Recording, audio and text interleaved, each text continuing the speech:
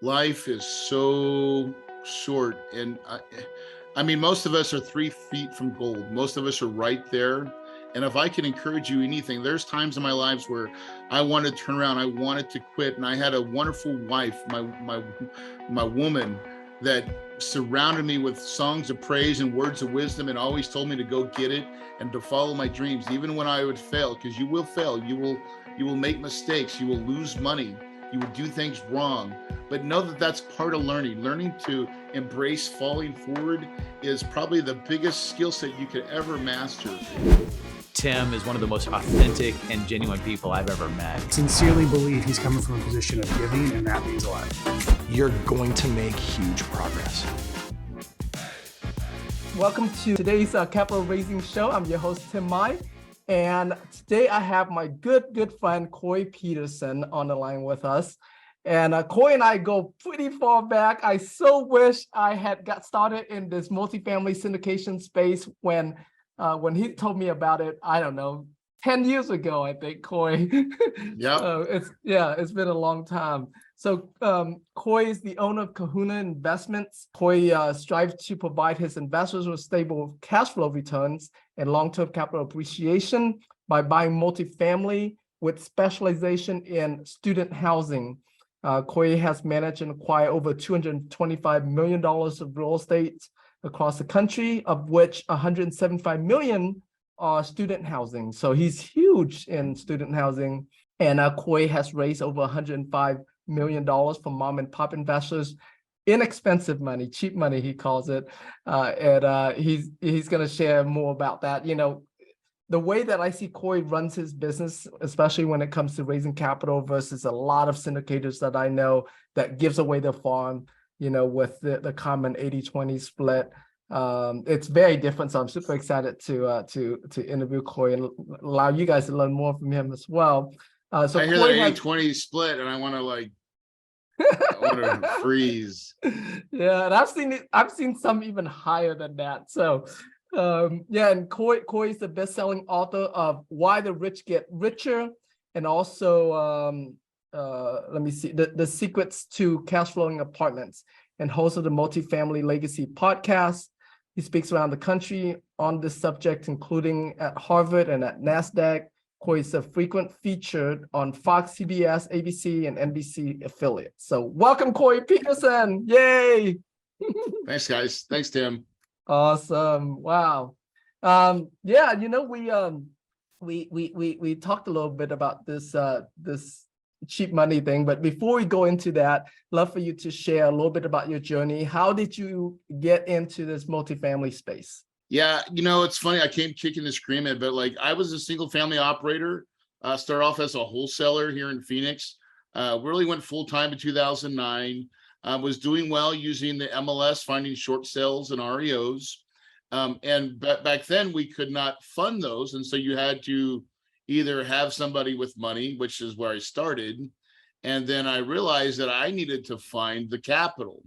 And so I started exercising my capital raising muscle early on in 2009, because out of, frankly, necessity, because the banks were not lending. And how are you going to get money on single family fix and flips? And so that's where my journey began, is getting that first person to say, yeah, I want to give you some money. Because up until then, I don't have a degree. I barely made it through high school, and I sold cars, and I managed a restaurant. So, I mean, I'm not, probably like most of you guys on this call, I was not voted most likely to succeed, yet I had a strong will to want to, and the desire and the work ethic to put it all together. And so all I did was I started doing single family fix and flips, and then the market started to change, right? All those, that inventory started to go away. Yet now I had about $3 million of private equity that I had actively started placing, doing my own rehabs. And so me being the necessity of, hey, I need to find a place, I realized that my money was not in real estate. The real money was made through money. The money's in the money, right? It's not in real estate at all. We all think we're all in the real estate business. I think I will call my company a wealth management company before I would say that I'm a real estate company. My vehicle's real estate. And I understood that early on. My background, I actually did get a professional job. I was a financial advisor. I got fired in 2009 because the market crashed, right? And I hated my job. I realized I had no control. So fast forward, when the market changed, that's when I was like, I got to find a way, because I had, all this capital saying, Corey, place me. And I actually went to Barnes and Nobles, and I was in the real estate section, and I come across commercial investing, and I was just I ended up reading a book called Multifamily Millions by David Lindahl, and that book changed. That was the second book that changed my life, right? First one was Robert Kiyosaki, and I resonated with Dave, so I went to Dave, learned his system, and I bought my first apartment in 2011, $3.2 million purchase, $1.4 million of private equity capital. And, we held that deal for 5 years, Tim, and then I sold it for 8.8 million. So I bought it for 3.2, Wow. sold it for 8.8. Holy cow, that's awesome. Wow. Yeah. What a start. What a first deal, right? Yeah, Yeah, so share with us, I know one of your strategy when you attended the event. I know your story personally, so I can but share with us your strategy when you were there at the event. You didn't introduce yourself as another syndicator and as another operator like other people. How did you do it? How did you attract the deals, the money? How did you position yourself? I took a story from The Godfather, right? The Corleone method. That's what I call it. So, usually when you go to these multifamily events, right, you can be like everybody else where they're saying, hey, I'm an operator, I'm looking for some money. And I was like, I'm just going to go differently, because I actually, at that point, I knew I could place some capital. Wasn't my money, but I knew I could command it, right? So I was like, I'm going to go into this thing differently. And so I went into this building, this meeting, and I was like, listen, I got a crap ton of money and I'm looking for some deals. Is there any deals out there? Let me know. And there was a 4-day conference, and I didn't pay for lunch or dinner or really breakfast for the rest of the conference, because everybody was like, hey, Corey, here's my deal. Let me show you my deal. And then that's when it's like the Godfather finger shows up. It's like, yeah, I don't know. Let me see your deal. Who's got the best? And I realized that's what I really realized. The money's in the money. The money makes the rules, and that's where you see, and that's where you see a lot of syndicators immediately flop and give up all their damn money and do this 80-20 split that I think's absolutely ridiculous, because they've not learned the skill set of actually really raising capital from real people. And so most people drop their drawers to the capital, because capital's making the rules. Now, I'm here to tell you that you can play a different role, because there's lots of different money out there, right? Now, there is, that private equity, those people that that run family offices, and they got the money. So, and that's a decent source if that's the only source you got. But I would tell you, on one hand, you can use that. On the other hand, and this is the hand I'm telling you I would be really working hard on, is how do I do that myself? How do I find all the people that give me their money and let me make the rules? Does that make sense? Yep. So let's go into that. Who's the type of investors that you target? Who's the avatar, right? Yeah. Yep. So the avatar, so this is what now. Remember, I came from a world of being a financial advisor. So that's all I think about. And that's really where I got this design in my mind, because I was like, as a financial advisor, when I'm taking people's money as retirement money, I'm telling them as a financial advisor that 6 to 8% is nirvana.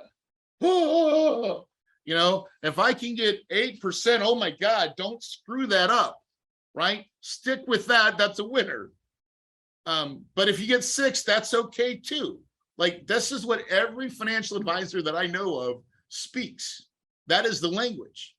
So if you say 18% or this 20% IRR crap that I hear, oh my God, they already think that is no way in hell, that is risky as hell, right? That's how, like, and if you guys understand how many trillions of dollars are in retirement accounts or with financial advisors, their stockbroker, most people do not know people like us, by the way. We are very much in our own economy. We think that's all we run into is real estate guys. But Yep. when you really walk outside of that world, there are thousands of people that don't know people like us, that only have what they pump on TV, which is a financial advisor. Your Edward Jones, your Merrill Lynch's, your Dean Winters, Morgan, all those, you know, those, that's financial services is a big industry. And so when I looked at that model, I said, well, gosh, I don't need to offer up something stupid. I just need to make something good, really good. That's much better than what they're getting. So that's when the way I approached it is I like fixed income kind of setups, right? So we talk about in my world, I call it like 6 and 6, or even 6 and 12. And what does that mean in my world? Well, the first six is my pref, right? Now I see a lot of people doing 7 prefs, but why do 7 when you can do 6?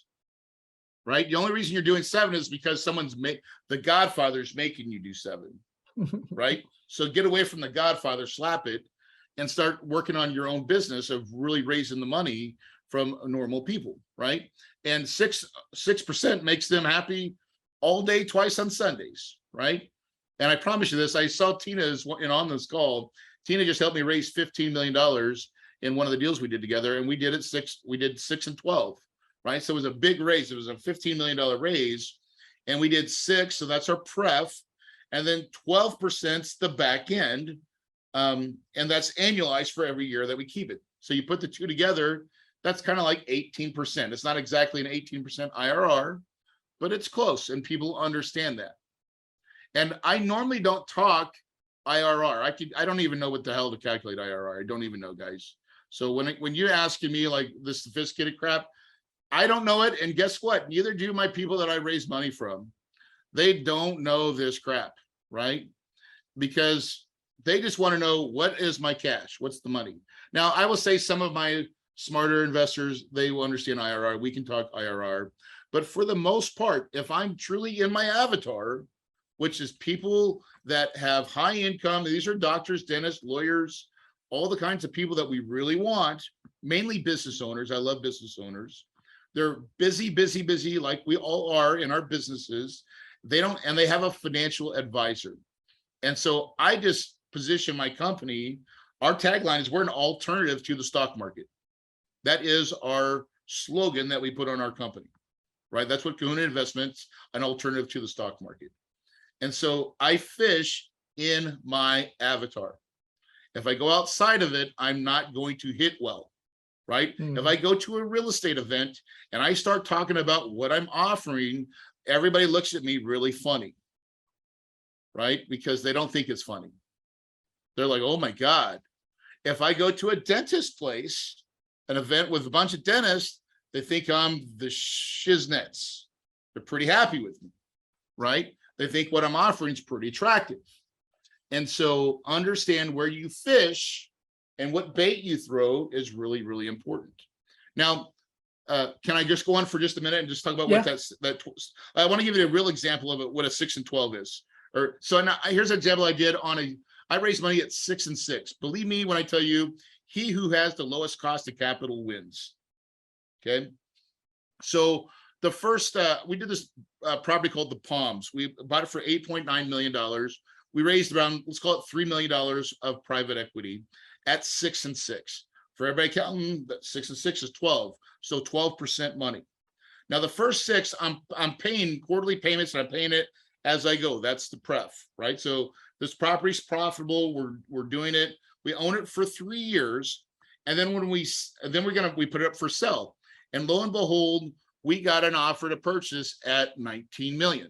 Wow. Okay, so we bought it for 9 million. We sold it for 19 million. We made $10 million of profit. Can we say hell yeah, brother? Right? Hell yeah. Right. So let's just do the math here. So just understand, I've paid my first 6 along the way, right? And I actually got to take, I mean, I can't really do all the 3 million. So it was a $9 million purchase, but I want to say our loan, I mean, let's just call it, we made $10 million profit, is easy math. But at $3 million of capital, right? So this is where, when I talk about having, because most people do an 80-20 split. Let's look at that. Let's look at that scenario. If I did a normal 80-20 split and we made $10 million profit, who knows how much the GPs make? Can anybody tell me? It's like, starts with a number 2 and it's $2 million. Okay. That's what the GPs would get. And then if there's a couple GPs and you got to split it, it gets even smaller. Well, that doesn't excite me. I don't know about you guys. That really doesn't get me excited about really anything. Right. And when I built my business, this is what I said to myself. How do I make me, Corey Peterson, money? Right? How do I get my investors a solid return? That was my only 2 objectives. I didn't say make my investors stupid wealthy and like gluttony, like their money's just coming out of their mouth, right? Because I'm not into that. I'm into making them a fair return, solid return. And what they want from me is consistency, right? And like, and doing it on time and doing it pretty, you know, the more consistent I am, the better. That's what they want. They want their paychecks. Most of my people want paychecks, right?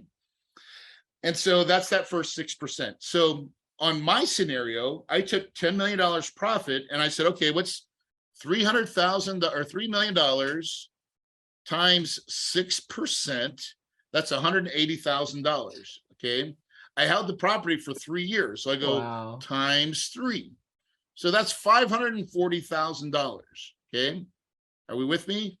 Yeah. That's my back end that I owes to my investors. So I took 10 million, and let's just say for shits and giggles, we'll just call it $1 million, even though it wasn't, it was 540. But we take that, and then so 9 million comes to my GP. Wow. Who's happy now?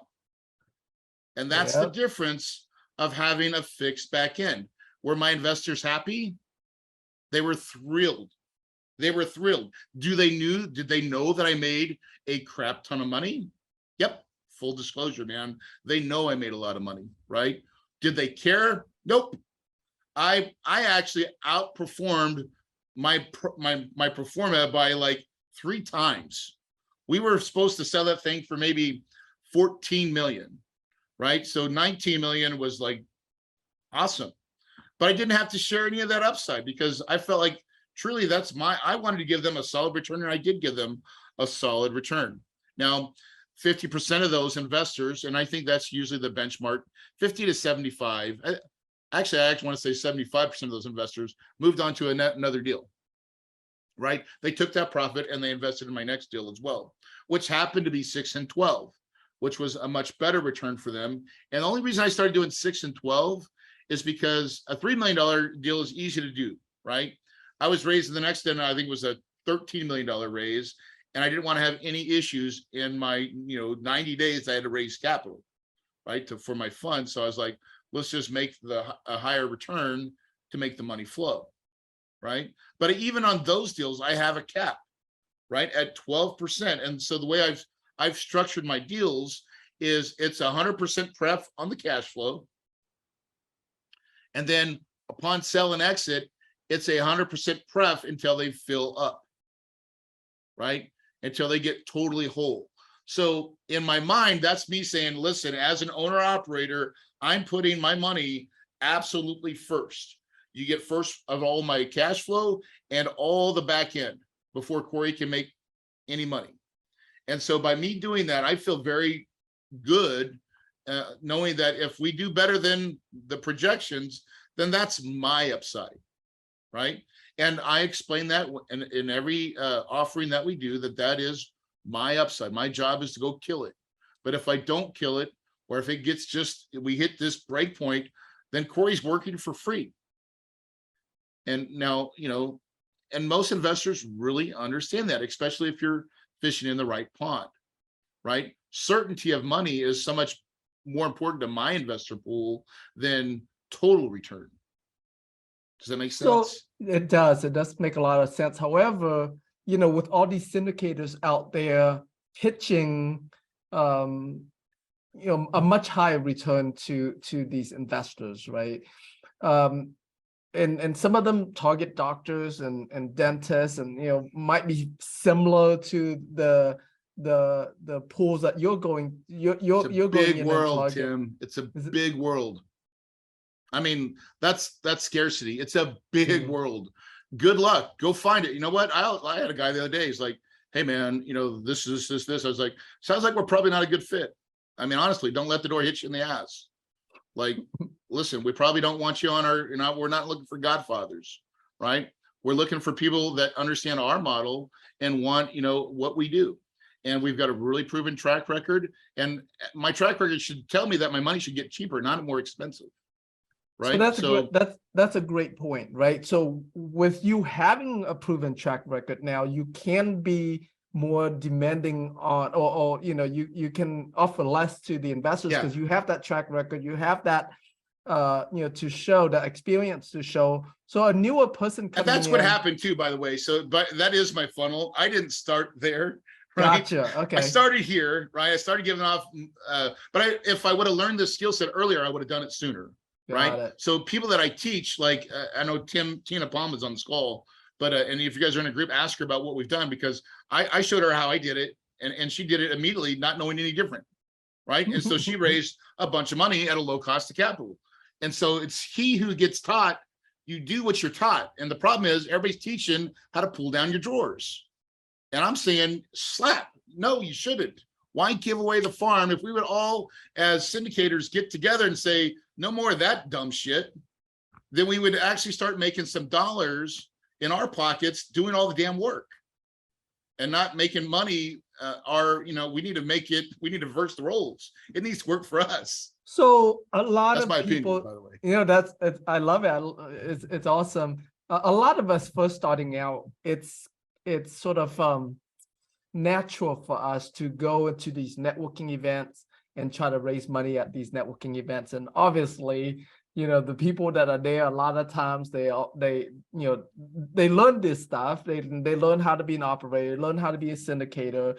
So their demand on the money is also a lot higher. And that's the power of the JV. I mean, so that there's nothing wrong. And I would say that's when I first started my first deal. Actually, we brought on the money, but the other people brought the deal, and then we found something that all worked together, right? But I'm just telling you, from my opinion, looking at it from DeLong's perspective, and what I teach now, the people that I teach don't know any different, so they just go ahead and do it at like 6, and they think 6 and 6 is normal. Gotcha. And they've not been pre-programmed, so they do it. Yeah. Right. Yeah. And so, like, it's, you become a student of what you listen to the most. And if that thing's spinning saying the cost of capital is high, then you're right. It'll always be high for you. That doesn't mean that my cost of capital is going to be high, because I'm going to challenge my capital all the time. Gotcha. So with you targeting cheaper money, what are the challenges that you run across? I mean, or is your challenge of going after cheaper money any different than someone who gives away the farm? That's a great question. Okay, so that pond, right, the IRA pond, is you have to keep feeding it, right? Your people will run out of money. These are people that have decent net worths, but they don't have infinity money, right?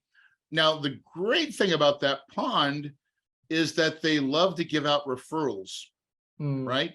So you do someone right, and that's how you snowball it, is they give you the referral of the next person, the next business owner, their network. So that's what you've got to get really good at, is cultivating a machine that says, we love you, we like you, and who do you know that I should know? And write that down, everybody. Who do you know that I should know? Every time you're talking to capital, it's like, hey, Tim, man, I really appreciate you, man. I'm glad that you come to my deal. Hey, did you get your return? Right? Tim, I need some help. Who do you know that I should know? That's just like you, because I really need to raise another $1 million for this next deal that I'm coming. Can you send me somebody the next day or two? Would you make me a quality introduction? I love quality introduction. I like that word, quality introduction, via email or something like that. And then I'll do all the rest. and people, and a lot of people do this now. This is again a right avatar. Real estate guys are like, well, what's in it for me? What's in it for me? Yeah. Real estate, right? That's how real estate guys think, right? Normal people just say, yeah, I would love to give you a referral, right? So I got a guy, his name's JR Pest Control, GR. So he'd been doing my pest control in my house for like, I don't know, 9 years. We finally got an office, and in our office, it says what we do, right? That we partner with passive investors to create award-winning, apartment communities families are proud to call home. And so one day he's like, man, I should do something like you. And my wife's like, you know what? You're right. And next thing you know, he gives us 150,000. And he's like, oh, my sister wants to do it. That's another 150. Oh, my brother wants to do it. That's another 150,000. And so I that's what I think, like, what happens. So the pool's not as big, but it is way more expansive. And so what would you rather have? One guy with $5 million or 5 million people with $100 or whatever it is, right? Or $1,000, right? I would take a small army of people, right? And because it's just, that's the law of attraction. Now, to do that, you've just got to network like everybody's business. And I'll tell you what we're moving into, right? Can I give you my future? Yeah. So I've taken this model and we've done it really well by creating a platform and doing all these things, having my podcast and doing all that stuff, right? So if you guys have not started a podcast, go start one tomorrow, right? People, you'll create a voice, you need to create your authority platform. I highly recommend creating some type of platform, right? Write a book, do something, right? But you got to have something that you can speak from. That helps because it just gives you credibility in front of your investors and things like that, right? Create your credibility kit, create your story, right? Have something that's visually that explains kind of like what you do and how you do it and what your process is, right? So here's a process. We tell a story by talking about the process. That's just kind of fundamental things that you should have.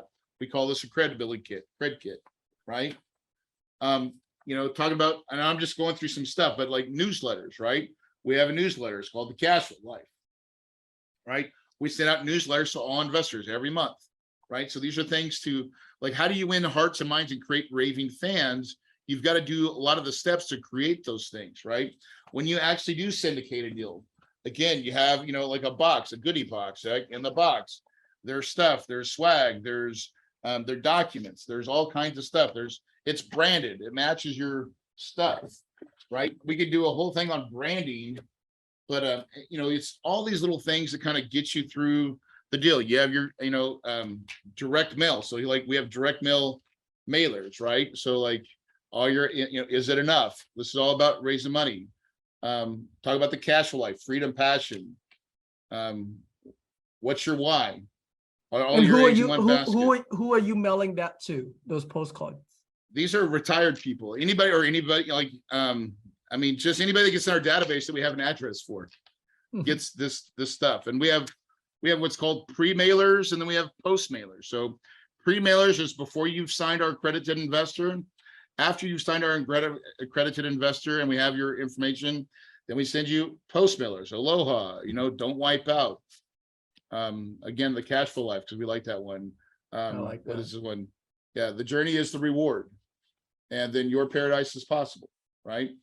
And these are all just, again, so we do this from multiple different angles, right? So we have a direct mail piece, we have an email campaign, but what I'm trying to show you guys, it's not just one place, it's multiple places to fish, and we have lures out all the time, right? That's So awesome. we're doing a little bit of pay-per-click. We're trying to drive people to our website. We're trying to drive people to get our book and things like that.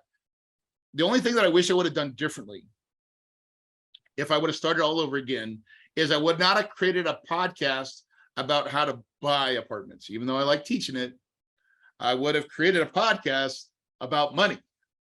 And actually, we're getting ready to do that in the next 2 months. We're launching a podcast called Cash Flow Life, which we're going to interview 7-figure business owners, right? And just really ask them how they run their business. Now, it has nothing to do with real estate, because I don't even want real estate people on the podcast, right? I just want business owners that are looking for clues to operate their business better. And guess what I'm going to be serving them? the ads of, if you want an alternative to the stock market, we're your people, right? So to me, that's, again, I wish I would have done something like that in the beginning of my career when I first started all this work and energy in creating a successful podcast. I did it teaching how to do the work, which is fine, and I love teaching it.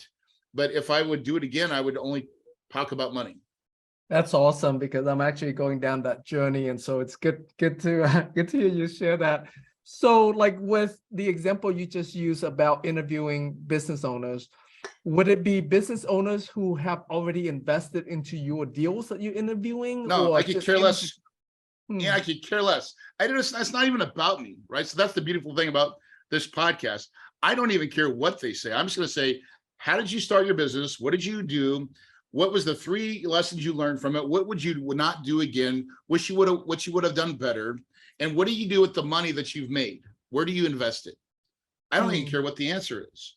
I just want them to talk about what they do with their money, right? Okay. And then, of course, I'm always going to be doing my pitch, which is, if you'd like to learn more about, Kahuna Investments, we're an alternative to the stock market. There's my ad. And so, I like that. And then I'm creating products. So I'm getting ready to create a couple new products about, the 5 mistakes or the 5 things you should do to vet a syndicator. Or, I'm creating some. We've not actually named these things, but that's what we're creating right now. Right. Just to have a better. We'll probably create a course that our investors can go through if they want to, if they choose to, right? Right. To get because I want them to know what a cap rate is before they talk to me. I wish they would all know, right? Because sometimes you get mom and pops, one thing they don't understand is what I do. Not that they Gotcha. really care, but if I can educate them more, they'll say yes more. That's awesome. Right? So, Confused mind says no. right. So you mentioned IRA money. You mentioned people who are retired. You mentioned successful entrepreneurs. So are those like your top That's it, bro. avatar? That's it. I don't need to go any Okay. farther than that. Now let me throw you another curveball. You ready? Uh-huh. Okay. So I always ask myself this: can I pay for it and make it faster? Sometimes I ask myself this more as I'm getting older, and I'm like, I'm like, is there a way to do this fast? Could I speed up this process? And could I do it possibly, maybe, with money? And so when I started asking myself this question, this is where I'm at right now. We're going to create all these things. Like, this is my end of the Q4, starting at Q1 for 23. That's my team's goals these next 3 months, 6 months, to get all this stuff ramped up and ready to go. We're going to hire a financial advisor. Okay. Now, and what I mean by that is Kahuna Investments, my company, is going to hire someone that used or might have had, or maybe is going to be inactive as a financial advisor. We're going to lure them away with money to come to work for our company. Now, our company is the syndicator, right? And so anybody that's working in my company can help raise capital. It's how I compensate them that is the part that you could get in trouble with SEC if you pay them for raising money, a fee or a portion of that. So we're going to make this job a salary, right? And that we do have quarterly bonuses on profitability of our company, Okay. right? So it's a revenue share, not commissions, right? Yeah. It's all about how you word things with the SEC and get it correctly, right?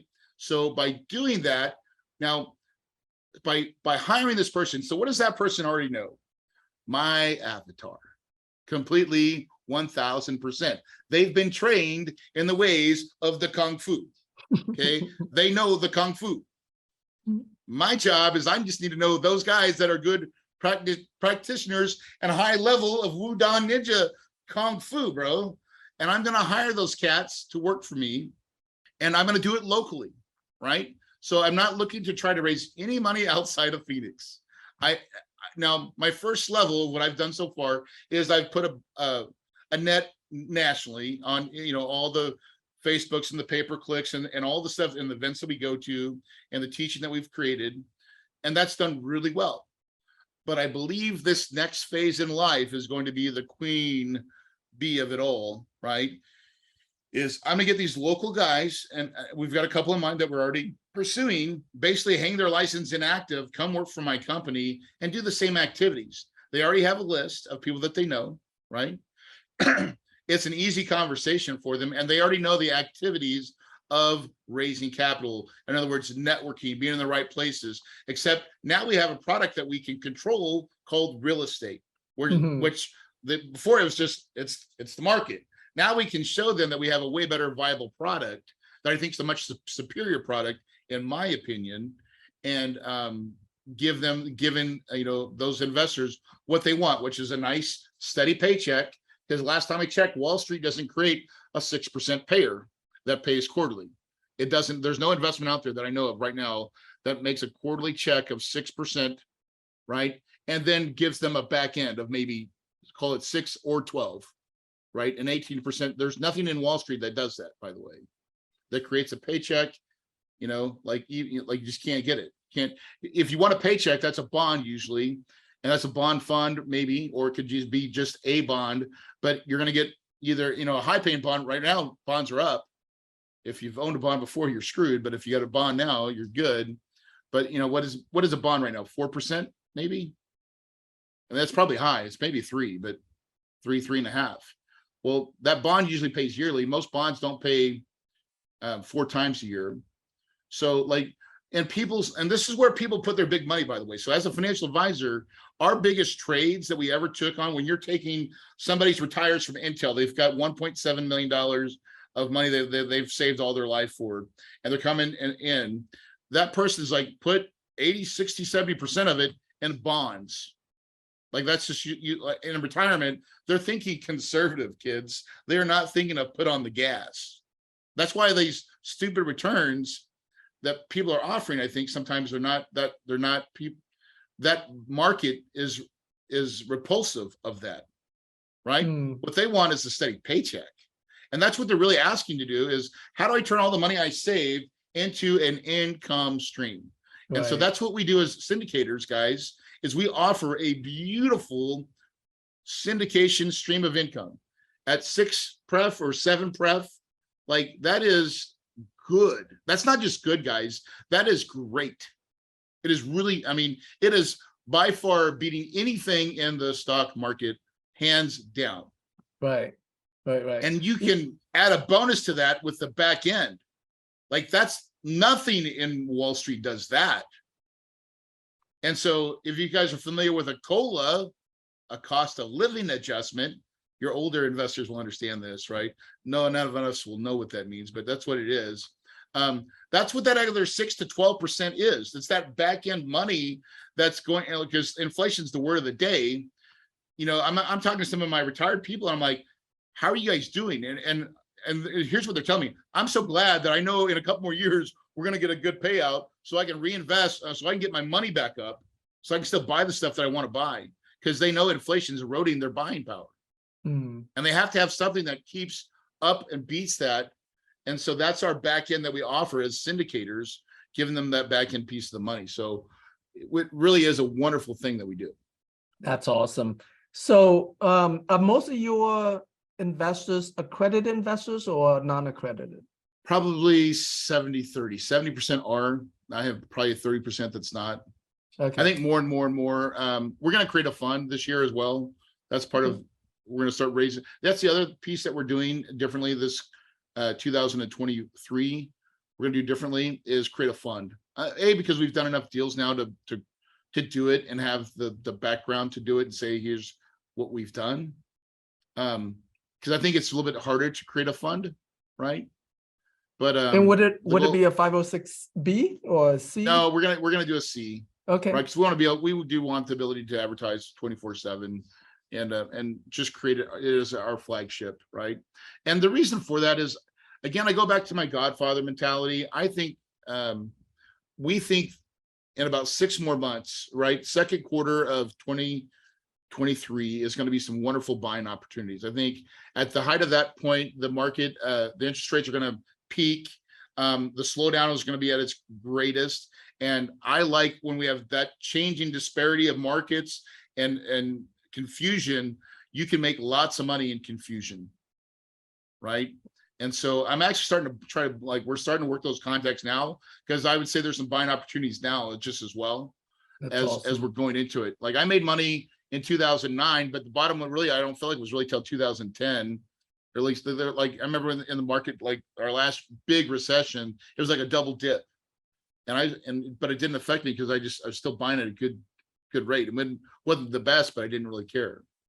Do you still partner with people on deals, or do you source your own deals? We do for now. We're working towards not, right? So that's another evolution of just getting more affinity for raising lots of capital. There was times where we would teach, and then we'd partner, like, you know, Tina's on this call. She partnered with us and raised a good chunk of money on a deal. And so that's where we still have our mastermind and the things that we like to, we create our small little family to do those types of deals. And I think that makes a lot of sense, right? And I know there's a lot of different masterminds out there that do that kind of sort of thing, which I highly, highly encourage, where a group of people can get together to create ways to fund deals. So, you know, in terms of like I'm having to really shift my mindset in talking with you here of, you know, targeting people who are used to syndications, because that seems to be the low-hanging fruits, but you know, they want a much higher return, right? They expect the 18-20% IRR. It's a great way to get money initially to do a deal and get in the game. So I'm not saying don't do it, right? I'm saying that's a lever, right? Know what that lever is and just understand the lever, right? I got one source of capital that I can go to, but it's like it's my 70-30, 50-50 split. This group of investors will fund my entire deal, and I can have it funded in 10 days, right?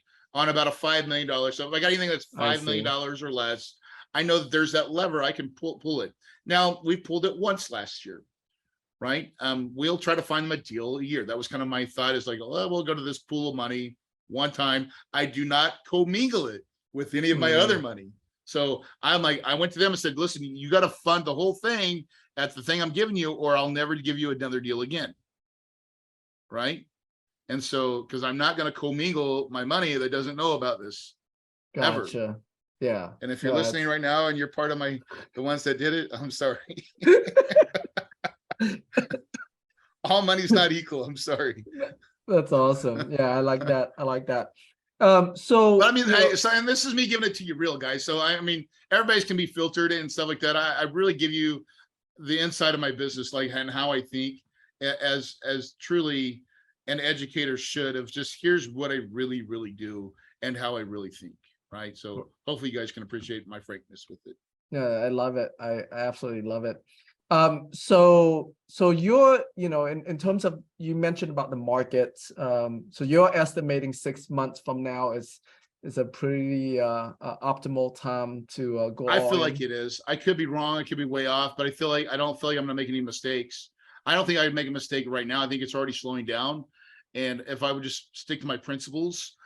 So here's really something neat. I don't know if anybody's ever talked about this too, but just the interest rate conversion. Are you a short-term investor or a long-term investor? I believe I'm a long-term investor. I know I am, right? So if I can buy something that cash flows today at 7% money, or something like whatever we're at, 6.5, like, that's awesome. Like, that's what I am trying to find those deals right now, because I know if history serves me right with interest rates, they will eventually come down. Now, I don't think it's a year or 2 years. I think it's probably 5 years down the road, but we'll get to that 4%. We might even see 3 again. You know, I think we could probably see 3 again down the road, right? Because we are printing money, we print money like crazy, and our debt's so high, our government can't stand that high interest rate. We are making our federal deficit grow like unbelievable. So I think it'll eventually come down. Now, I don't play. I study economies and I study all that stuff, and I'm not trying to make my predictions, but I just know what Corey's going to do. I have always done well, and if you read any book that's from success, Robert Allen, all those guys, they all made their biggest moves in down markets. Guys, we're coming into another down market. Get your dry powder ready and get ready to push in a little bit, and you will come out looking, you'll do really well, right? That's my thought, is like, I feel like we're not quite there yet, but I'm pretty close to like starting to vet these deals because it's going to take me a while to put them under contract. So I need to kind of start now to get the juices going. That's awesome. Get my broker's contact and let them know that we are in buying mode. I love it. I love it. So Brokers what's are your finally starting to come around too. They're not being as stupid as they used to be, right? The whole thing of these non-refundable earnest money stuff, that's gone away, kids. That is no longer a thing. Thank God. Right? Now we go back to normal contracts and how we should be doing business. I like that. Sorry, I didn't mean to cut you off, Tim. No, it's all good.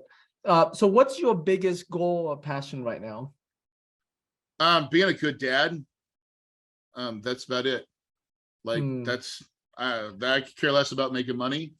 I love what I do, but honestly, Tim, that's just me. I only aspire to be a good dad, right? Be a good husband to my wife, and play the game of Monopoly the best I can. Are right? you nudging your kids into this business at all? No, I'm not. I've asked them. So my son has said he's interested and he probably wants to do it. My daughter has no interest, and that's fine, right? So I could care less. I want them to follow their dreams and their passions, their goals. If they decide it's real estate, great. But man, if you guys know me, money is not my God. It is not my passion. It's simply, I like working. I like the game of real estate. I love the hunt. I like building my team. I love working with my team. And I could probably do this till I die, right? And I probably will, because I enjoy it that much, right? But I also like to take Fridays off. I like to go on lots of vacations. I live my life to the fullest, and giving experiences, supplier of fun, probably my favorite thing to do, right? Creating ways to go out and take my friends and do cool stuff.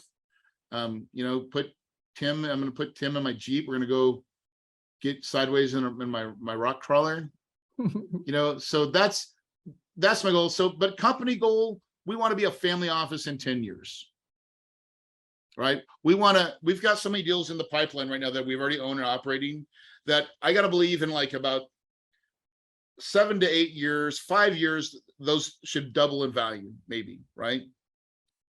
And if they double in value, we're going to take the monies from those and we're going to buy, let's say I make $60 million of that is my money, right? Maybe a little bit more, but maybe quite a bit more. Maybe it's 100 million. I don't know. But like all that money that I'm gonna make, I'm just gonna start buying deals in my company where I'm the only investor and it's just me, right? But I also still have all my investors. So I always say, like, there's two sections to it. One is where we're buying deals just in my company. I'm the only investor. And the other part is I still have my investors in deals because I'm never going to give up their money, right? They'll want me to place it for them. So I'm going to keep them in deals. So it's like 2 for, we got to buy 2 deals for every one that we sell, because one of it's going to be just for Corey and then one of it's going to be for my investors. And so to the point where, we get 10 years down the road, that's what my son's job will be, is to make sure we're understanding we're buying good deals for our company with our money and watching our cash flow and being mindful of it, right? And to me, that's a big goal for me. That's a BHAG, a very big, hairy, audacious goal, is to where we're not even we use the money that we've already raised, but we're not trying to look for any new money at all. Mm-hmm. And I think we stopped that at about 5. I think in 5 more years, I think we'll stop raising capital because we'll have enough cycle of capital that we don't need to raise anymore. That's awesome. I love that. So, and by the way, can I give so that's one thing for you guys. So as you're raising capital, think about this. Now, the only thing that'll change is your appetite for bigger deals. So when I first started, I was doing $3 to $5 million deals. So that was like 1.5, $2 million of capital. And so if you did that for 5 years in a row, finding those $3 or $4, $5 million deals, where it's 3 or 4,000 million to raise, 3, 6, 9, 12, 3 times 5, right? You get that amount of money and then you can just keep recycling through that money. But the challenge with all of us, and this is what I faced, is my appetite got bigger. So once I said I could raise 3 million, I said, well, let's do this $10 million. Now we got to raise, 5 million. Now I'm raising 10 million. Now I'm raising 15 million, doing $40 million deals. And so, but now when you get to the law of bigger numbers, they yield such bigger results too, right? When you buy a $40 million project and you can double it and make it 80, and you make 40 million and you get 75% of your GP and you make, 30 million or 25, 28 million dollars, that's life changing, man. Yeah, Like no kidding. that is forever money. Like, let's not fool ourselves. That's what I'm trying to do, is build that everlasting gobstopper. I Willy love it. Wonka and the Chocolate Factory. I absolutely love it. So what's we're gonna be wrapping up this this part of the interview. What's the last words of wisdom you'd like to leave us all with? Man, don't ever stop. I'm telling you guys, life is so short. And I mean, most of us are 3 feet from gold. Most of us are right there. And if I can encourage you anything, there's times in my lives where I wanted to turn around, I wanted to quit. And I had a wonderful wife, my woman, that surrounded me with songs of praise and words of wisdom and always told me to go get it and to follow my dreams, even when I would fail, because you will fail. You will make mistakes. You will lose money. You will do things wrong. But know that that's part of learning. Learning to embrace falling forward is probably the biggest skill set you could ever master. And when you learn that that is okay, it will give you the freedom to go out and do your best and to drive like no other and build something uniquely yours. And because we all have great gifts and strengths. And the problem with most of us is we're not using them. And we've not, it's not that we set goals, is that you've set goals way too low, right? Set them high. And if you miss, you still win. I love it. All right, Coy. So if the people on the line listening in want to reach out to you, bring you deals, partner with you, learn from you, where would you like to send them?